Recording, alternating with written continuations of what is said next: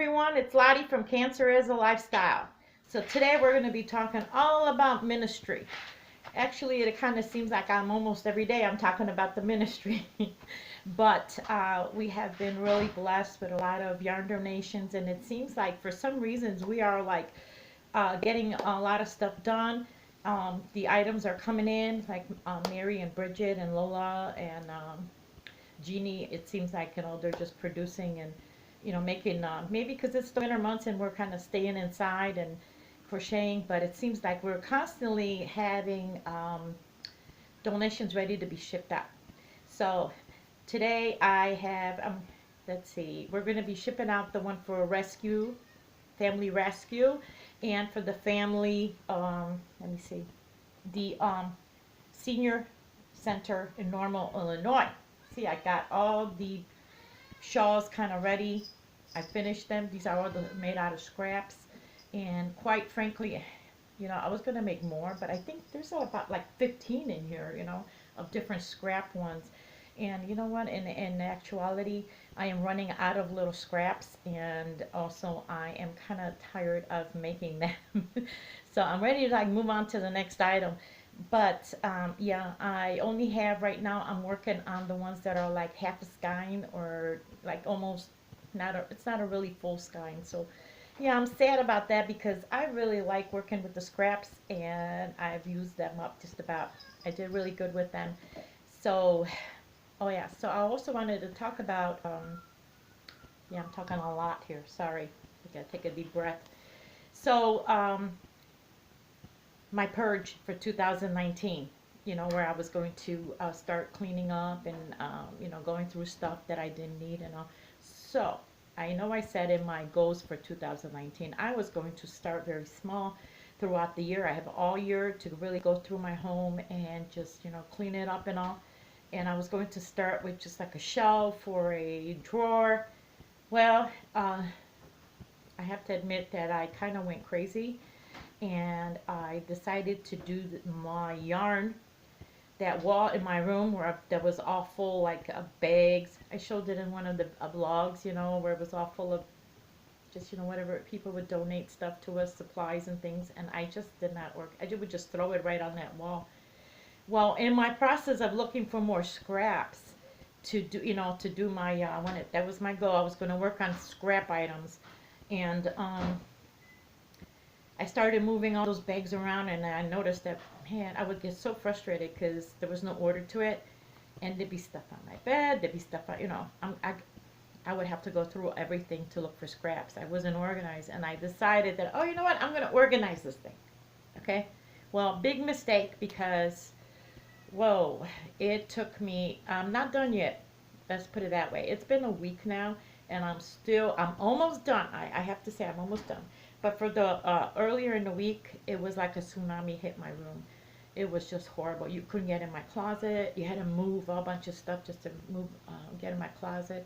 There were things all over my bed that I would like dump on the floor just to go to bed. It was horrible, just horrible. And I mean, I don't know what made me think that I could organize this like in a day or two. It was just horrible. It was the mess.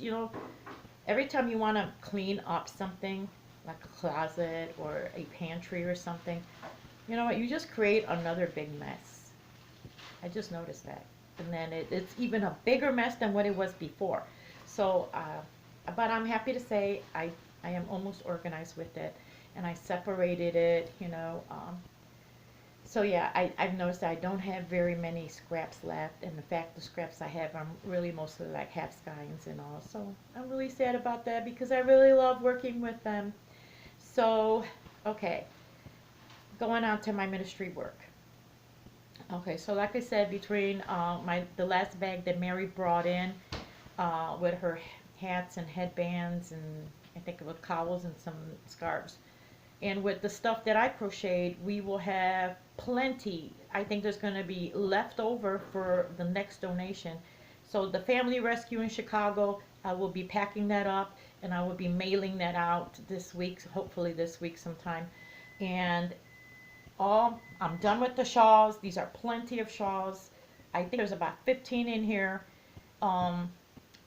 maybe more. And you know, these are some of these places I don't deliver because they're out of my area, so I end up sending them. So the box, I think this is going to be enough with the shawls slash scarves, whatever you want to call them. And for the let me see, where were they? Oh, it was the Heritage Home Senior Center in Normal, Illinois. Those two items are going to be going out this week. And the next place that we're going to be donating to, and that's going to be probably a lot of the hats that are going to be left over. We're going to start with hats, to the Olive Branch Mission here in Chicago also. So, yeah, and I think they will take just about anything. It's not going to be in particular that has to be hats or shawls or whatever. So that, I think I might even have enough stuff to send them a box. Okay, so that's our next ministry organization, is going to be the Olive Branch Mission, and that's what I'm going to be working towards. Okay, so let me show you some of the shawls that I made out of the scraps. I have some favorites and some not so favorites. I find that I really love using the scraps a lot more for the hats than I did for the shawl things. Now the shawls, I did not make them in the triangle like the traditional ones. I kind of made them, like I'm going to show you, like this one. I made it in, how is it? Like this, so they can drape it. But I really like this one. This one is very colorful. And so they can drape it over themselves like this to keep themselves warm, or they can use it as a, you know, as a scarf. But I really like this one. This is one of my favorites because it's very colorful. It's very colorful, very pretty. I like this. This one I used a lot of different bits and pieces, and it came out nice. Another one that's a favorite of mine is actually a solid color. It's this burgundy one because it is so soft. I really like this one. It is very soft, and it's not everybody likes printed different designs, and this is I really like this one. So I have quite a few of them. They did come out okay. I'm not, look at the static. You know, I have a couple blogs that I'm going to write about because I got coming up, but about what's been going on. But right now, I have to head out to work today. So here's another one. You see? Look at, I've been making. Let me see. Now again, I do wash these after I'm done. I always wash all items. See? So there's different kinds. I don't want to be like opening up too many. And here's some of the backs. See? So I've kind of used up just about a lot of my, you know, here's some here. A lot of the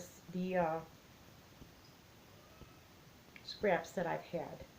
I really, really did. I'm very happy with it. I like how they came out. See, I really like how these came out. I thought they were really nice. So, and I'm going to add that to what I got. I do have some already made, and I'm going to add them. That's going to go to the Heritage Senior Center in Normal, Illinois. So I started something I've always wanted to do with my scraps, but I have to tell you a little history about that because I've always wanted to make like blankets out of the scraps. You know, I don't know if I mentioned this before, but when I was growing up, I often listened to like Dolly Parton and one of her songs. This is what every time I think of scraps, I think of Dolly Parton's song, "The Coat of Many Colors." That her mother, she sings about a mom who made a coat for a poor mom who made a coat for her daughter out of many scraps of material. And so I often think about, when I think about scraps, but it was a coat made with love. So it's a good song if you ever want to listen to it. So one of the things I've always wanted to do is I wanted to start a scrap blanket. So I'm actually starting one and I wanted to start this year to make blankets for the homeless shelter. Now normally I make homeless mats, or we give them hats or scarves like that, but blankets is not something that we normally, like adult size blankets that we've actually made because it takes a lot of time, and we do a lot of ministry work, ministry donations where or you making a blanket is you won't be able to make as many blankets as as you can hats and scarves and things like that to donate. And besides that, I want to show you what so I really love this one. I did mess up a little bit here. I believe I didn't. I did it too tight in the middle. I didn't make it enough, but I love it. I love how this is turning out. My little scraps, what are left over, it's coming out blue, but there's purple in there. There's plum, and you can see I'm not done. See how in the middle it looks a little, but that's because I didn't make it. I didn't spread it. I kind of shorten it and tighten it in. But anyway, back to my story. We've been doing this for 5 years, and we used to have I would say about 99% of things we made would have been baby blankets that we made, because we actually had a hospital here in East Chicago, right on the border of Indiana, and that we would make baby blankets for. So more like maybe 95% of our stuff, I should say, really not 99.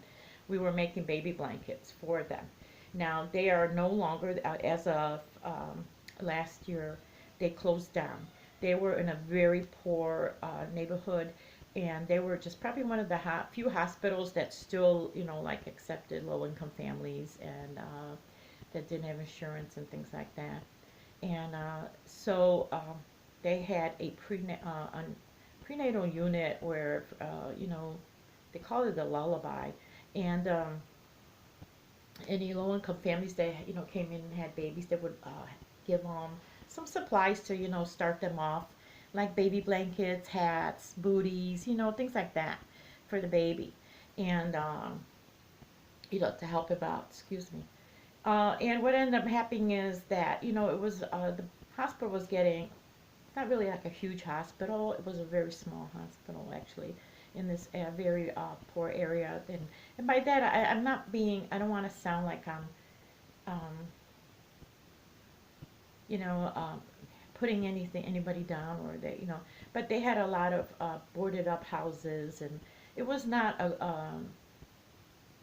the economy in that side of town was not it was very down, it was very low. It was not, up and going.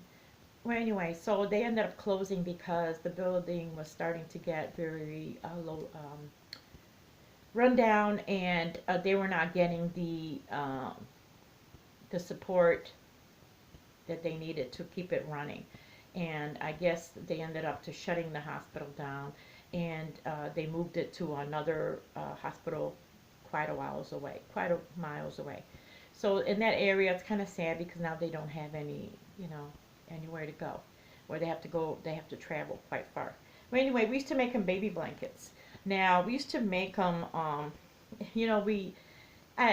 sure you noticed that the things that I show you are very simple.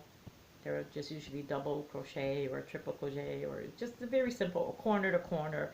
And there's a reason for that, because when we originally started making the baby blankets, the ladies were very creative, and they were doing different patterns and stitches and things like that. And then we would send them off. And in a few months, I ended up getting an email from the director of the department, telling me that they cannot use any items that have gaps in them.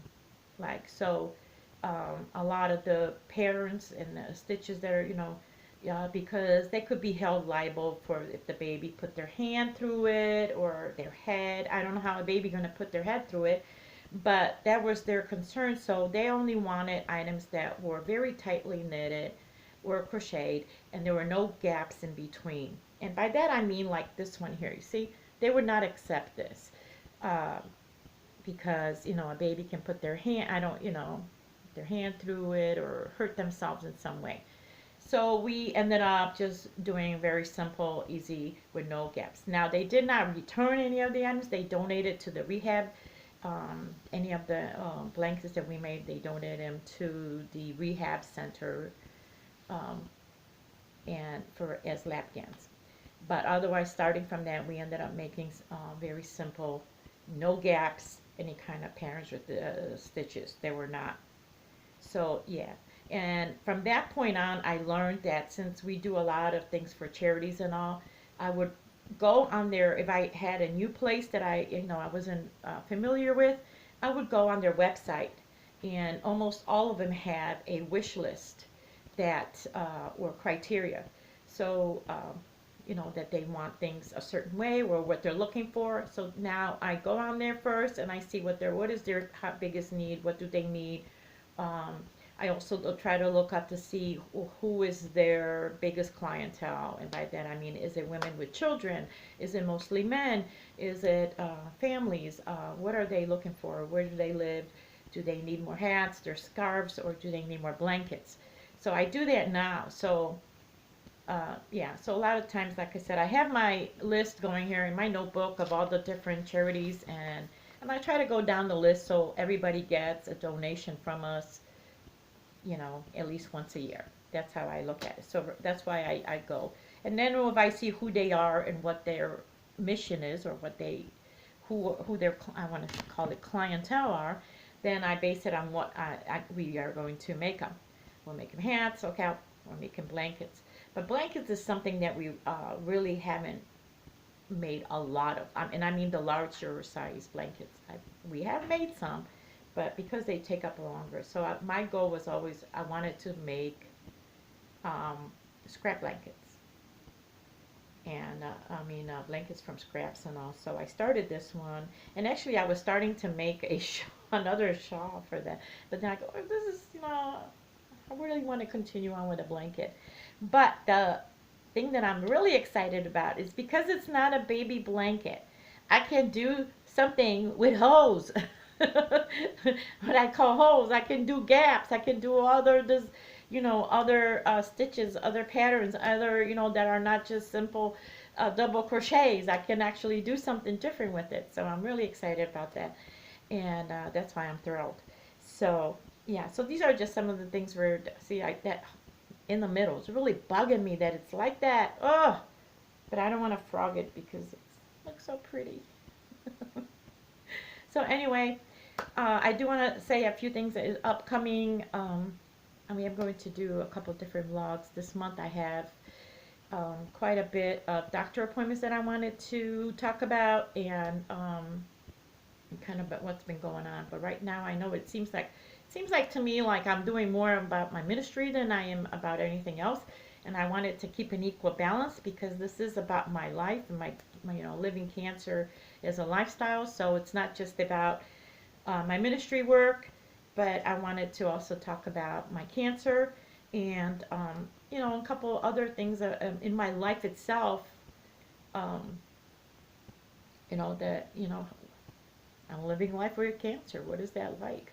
So yeah, so that's coming up, but it's just that I have to run off to work right now. So time is kind of limited. So I will talk about that more in depth. Oh yes. My trivia moment for the, okay, I'm going to tell you. Okay, for about, a good portion of my life, I'm going to be 54. So my mom actually cuts my hair. I know that's going to sound crazy, but my mom, even though she has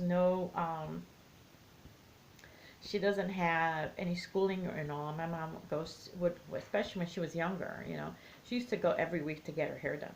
It was always immaculate. Just, my mom always would look immaculate when she would go out. Totally. Hair done, everything. Always dressed and all. So she learned from the ladies that she would go to the same hairdresser every week for all these years how to really cut hair and all. So she cuts my hair. So I am about due for a haircut. Now I do go and when I get a body wave or a perm or anything, I do go to get it done professionally. But for haircuts and all, my mom really does a good job. And I will show you because I am due for about a haircut. I've been looking really raggedy lately, and I apologize. I feel raggedy.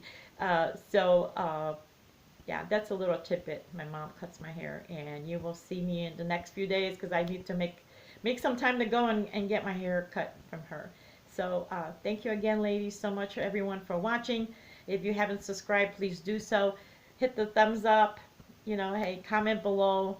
I would love to know, what do you do with your scraps, or what is your favorite charity that you love to donate? If you have any charities that you would like for us to donate, anything in particular, please leave in comments their name, and I will be happy to donate things to other states. It does not matter to me about the shipping or where it's going to go, as long as it's not going to France, to Europe or Alaska, but as long as it's Alaska, I think I could do Alaska. But as long as it's in the 50 states, I don't mind sending out. I've done it. I've had actually a girlfriend, and now I'm rambling, and I said goodbye, and I'm still talking. I had a girlfriend go on vacation to, oh my goodness, where did she go? She went to Tennessee, and she actually made a delivery for me. She goes, hey, you want me to make a delivery at one of the shelters out there? And I looked it up in the area that she was staying, and we made a delivery while she was on vacation. So, hey, I am happy to do so. If you have any favorite charity that you know of and you would love for us to make a donation to, just leave in the comments below their name, and I will look it up and what state they're in, and I would love to send them something. Okay, well, this is it. No more rambling. Have a wonderful day, everybody, and thank you for watching.